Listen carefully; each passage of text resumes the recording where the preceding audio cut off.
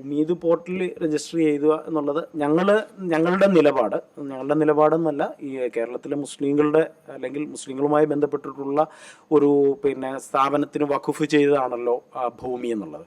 അത് വഖഫ് ഭൂമി തന്നെയാണെന്നുള്ളതാണ് ഞങ്ങളുടെ നിലപാട്. അത് മാത്രവുമല്ല, ആ നിലപാട് കേരളത്തിലെ വഖഫ് ബോർഡ്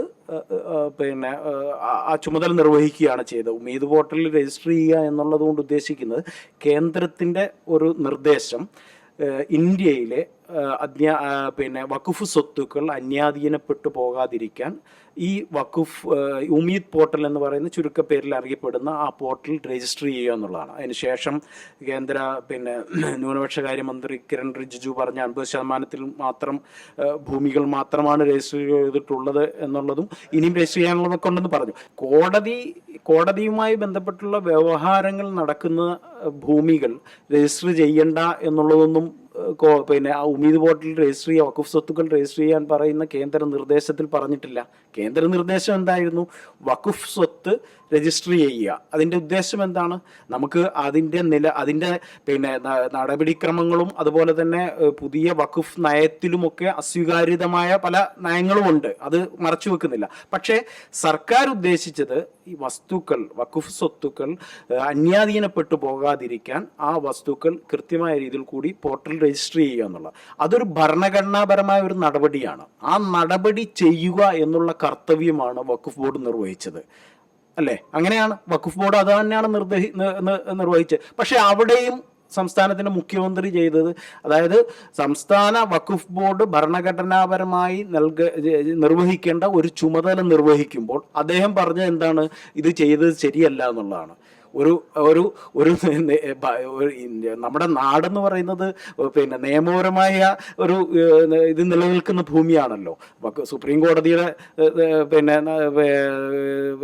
കോടതിയുടെ ഇതുമായി ബന്ധപ്പെട്ടിട്ടുള്ള കേസ് നടപടിക്രമങ്ങൾ തുടരുക തന്നെയാണ് ഇത് തുടരാൻ വേണ്ടി കോടതി പോലും പറഞ്ഞിട്ടുള്ളത്.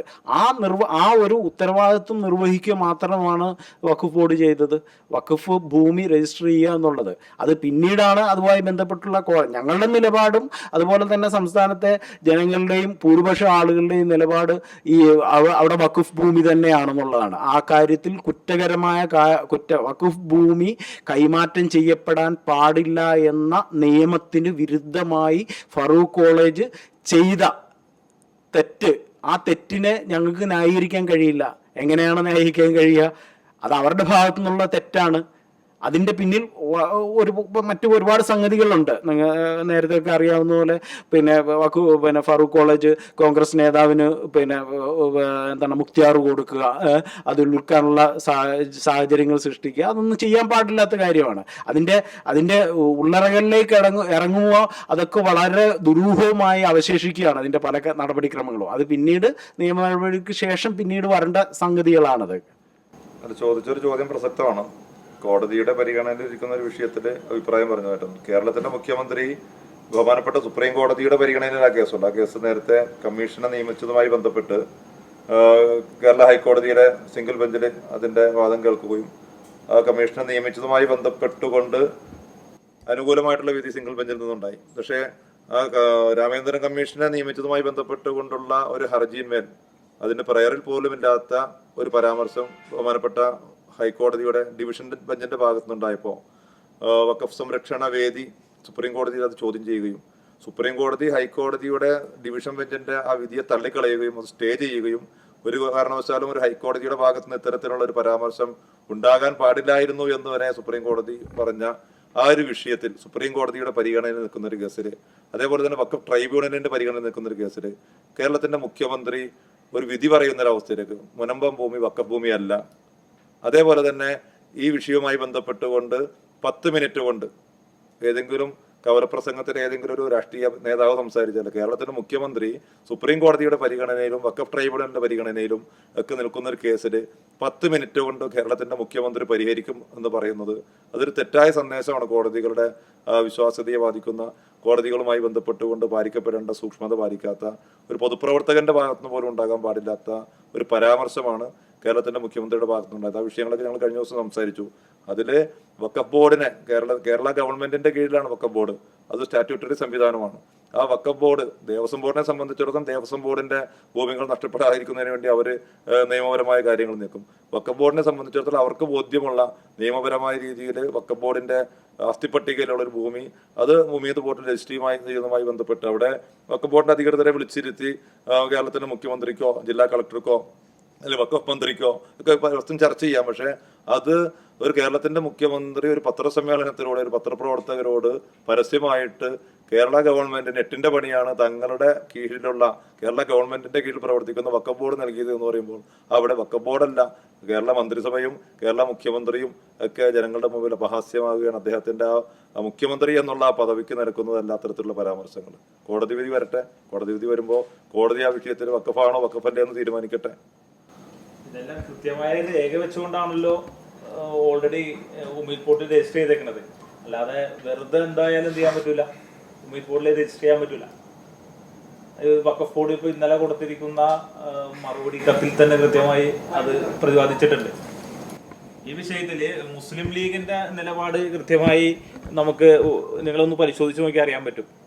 മുസ്ലിം ലീഗിൽ കൃത്യമായി ഷാജി തന്നെ, KM ഷാജി അടക്കമുള്ള മുസ്ലിം ലീഗിന്റെ പ്രമുഖരായിട്ടുള്ള നേതാക്കന്മാരെല്ലാവരും കൃത്യമായി പറഞ്ഞിട്ടുണ്ട് മുനമ്പം വഖഫ് ഭൂമി തന്നെയാണ്.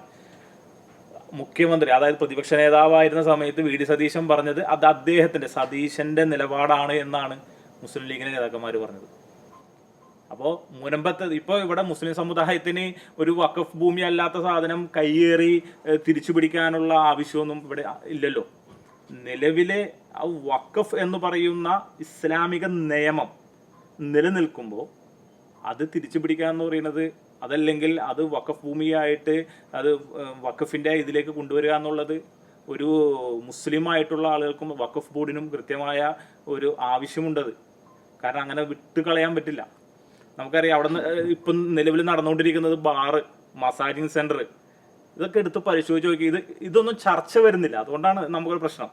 മീഡിയകൾ പ്രത്യേകമായിട്ട് എൻ്റെ വാർത്താ നിങ്ങളെപ്പോലെയുള്ള ആളുകളൊക്കെ കൃത്യമായി ഒന്ന് ചർച്ച ചെയ്യണത്. കാരണം അവിടെ നടക്കുന്നത് പാവപ്പെട്ട ഒരു വിഷയം മാത്രം ചർച്ച ചെയ്യുള്ളൂ. അവിടെയുള്ള മസാജിങ് പാർലറോ അതല്ലെങ്കിൽ ബാറുകളോ അങ്ങനെയുള്ള വൈൻ ബാറുകളൊക്കെ ഒരുപാടുണ്ട് അവിടെ. അവരൊക്കെ കയ്യേറിയേക്കണതാണ്. ഇതൊന്നും ചർച്ച ചെയ്യുന്നില്ല. അതുകൊണ്ടാണ് വിഷയം പറഞ്ഞത്.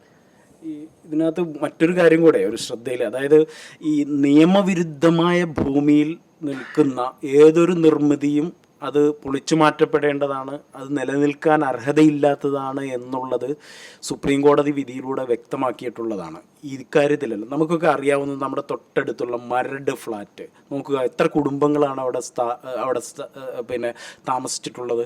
അവരെത്രയോ വർഷം അതിൻ്റെ കരാർ എഴുതി കരം കൊടുത്ത് അവിടെ താമസിച്ച് വന്നിരുന്നതാണ്.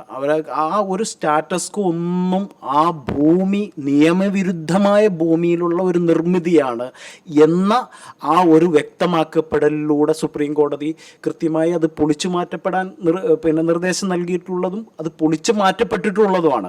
അതിനുശേഷം അവിടെ താമസിക്കുന്ന ആ ഹർജിയുടെ നടപടിക്രമങ്ങൾ തന്നെ നമുക്കൊന്ന് പരിശോധിച്ചാൽ അറിയാം. അത് അവിടെ ആദ്യം അതിൻ്റെ ഉടമസ്ഥർ കൊടുക്കുന്നു, അത് കഴിഞ്ഞതിന് ശേഷം സംസ്ഥാന സർക്കാർ കക്ഷിയാവുന്നു, പിന്നെ അതിൻ്റെ പേരിലുള്ള എന്തോ ഒരു സംരക്ഷണ സമിതി കൊടുക്കുന്നു. അതിനുശേഷം അവിടുത്തെ താമസക്കാരായ നിർധനരായ ആൾക്കാർ ഉൾപ്പെടെയുള്ളവർ അവർ ഹർജി കൊടുത്തു. പക്ഷെ അതൊന്നും കോടതിക്ക് മുമ്പിൽ അതൊരു അതൊരു ശരിയല്ല. അത് നിയമവിരുദ്ധമായ ഭൂമിയാണ്. ആ ഭൂമിയിൽ ഒരു കാരണവശാലും നിർമ്മിതി പാടില്ല. ആ നിർമ്മിതി എന്ത് തന്നെയായാലും പൊളിച്ചു മാറ്റപ്പെടേണ്ടതാണ് എന്നുള്ള കൃത്യമായ രീതിയിൽ കൂടിയുള്ള ഒരു നിർവചനമാണ് കോടതി നൽകിയത്. അതേപോലെ തന്നെ ഈ വഖഫ് ഭൂമി എന്ന് പറയുന്നത് കൈമാറ്റം ചെയ്യപ്പെടാൻ പാടില്ല എന്നുള്ളത് കേന്ദ്ര വഖഫ് നിയമത്തിലെ കൃത്യമായ രീതിയിൽ കൂടിയുള്ള നിയമമാണ്. ആ നിയമത്തിന് വിരുദ്ധമായിട്ടുള്ള നടപടിക്രമം അവിടെ നടന്നിട്ടുണ്ട് എന്നുള്ളത് കൊണ്ട് തന്നെ ആ ഭൂമിയിലുള്ള മുഴുവൻ നിർമ്മിതിയും ഞങ്ങൾക്ക് അവിടെ താമസിക്കുന്ന പാവപ്പെട്ടവരോടോ അല്ലെങ്കിൽ അവരോടുള്ള വിരോധമോ അല്ലെങ്കിൽ അവരുടെ വിഷമങ്ങളിൽ ഞങ്ങൾ ഒരു അനുകമ്പയില്ലാത്തവരാണോ എന്നുള്ളതൊന്നുമല്ല പ്രശ്നം. ഞങ്ങൾ പറയുന്നത് ആ നിയമവിരുദ്ധമായ രീതിയിൽ കൂടിയുള്ള ഒരു നിർമ്മിതിയാണ് അവിടെ നടന്നിരിക്കുന്നത്. അവിടെ ഒരു കൈമാറ്റമാണ് നടന്നിരിക്കുന്നത്. അത് നിലനിൽക്കത്തക്കതല്ല, അത് ശരിയല്ല, അത് മാറ്റപ്പെടേണ്ടതാണ് എന്നുള്ളത് തന്നെയാണ്. ഈ PM ശ്രീ വിഷയത്തിൽ തന്നെ മംഗലാപുരം യാത്ര മുതൽ ഇന്ന് വരെയുള്ള ചരിത്രങ്ങൾ എടുത്ത് പരിശോധിച്ചാൽ തന്നെ നമുക്ക് മനസ്സിലാവും RSSന് ചൂട്ടുപിടിച്ചുകൊണ്ട് മുഖ്യമന്ത്രി മുന്നോട്ട് പോവുക എന്നുള്ള ലക്ഷ്യം തന്നെയാണ് നമ്മൾ കണ്ടുകൊണ്ടിരിക്കുന്നത്. ഇലക്ഷൻ കഴിഞ്ഞു റിസൾട്ട് വരുന്നതിൻ്റെ മുമ്പ് മംഗലാപുരം യാത്ര മുതൽ ഇതുവരെയുള്ള സംഭവങ്ങൾ എടുത്ത് പരിശോധിച്ച് നോക്കിക്കോ, വി.ഡി. സതീശൻ എന്ന് പറയുന്ന ആള് സവർക്കർ സതീശനായി മാറുന്ന ഒരവസ്ഥയിലേക്ക് കാര്യങ്ങൾ മാറുകയാണ്. അതിന് ഈ എന്തൊക്കെയാണോ സതീശൻ വാക്ക് കൊടുത്തിരിക്കുന്നത് എന്നുള്ളത് കൃത്യമായി നമ്മൾ ഇനി വരും ദിവസങ്ങളിൽ പരിശോധിക്കണം. വരും സമയങ്ങളിൽ ഇവിടെ പ്രതിപക്ഷത്തെങ്കിലും BJPയെ എത്തിക്കാനുള്ള ഒരു ഉറപ്പ് സതീശൻ കൊടുത്തിട്ടുണ്ടോ എന്നുള്ള സംശയം ബാക്കി നിൽക്കുകയാണ്. നമുക്ക് വരും ദിവസങ്ങളിൽ കാത്തിരുന്ന് കാണേണ്ടി വരും.